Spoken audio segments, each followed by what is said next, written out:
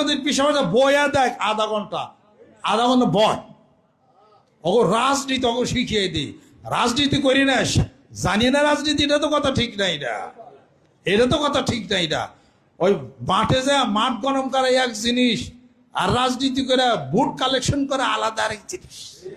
vote পাওয়া আলাদা আরেক জিনিস জামানত বাজেয়াপ্ত ওইব এইগুলা কোরআন শরীফের সামনে না ফালাফালি পারে কোনোদিন জামানতের টেহা পাই কিনা তাও সন্দেহ আছে আমি আপনাদের খেদমত আরজ করছি এই ধরনের একটা গ্রুপ আছে সারা বাংলাদেশ যেখানে যায় সেখানে গেলে মানিকগঞ্জের পিছন কি হয়েছে আমরা বলো কাফের আমরা বলে সেজদা নেই কোথায় সেজদা নেওয়া হয় কোথায় সেজদা কোথায় কি নেওয়া হয়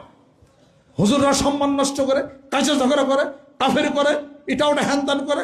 চরমনের হুজুরে কারোর সাথে কোনো মিল নাই কার সাথে মিল আছে কোন এর সাথে লাগে ওর সাথে লাগে আর ওই হুজুরে যত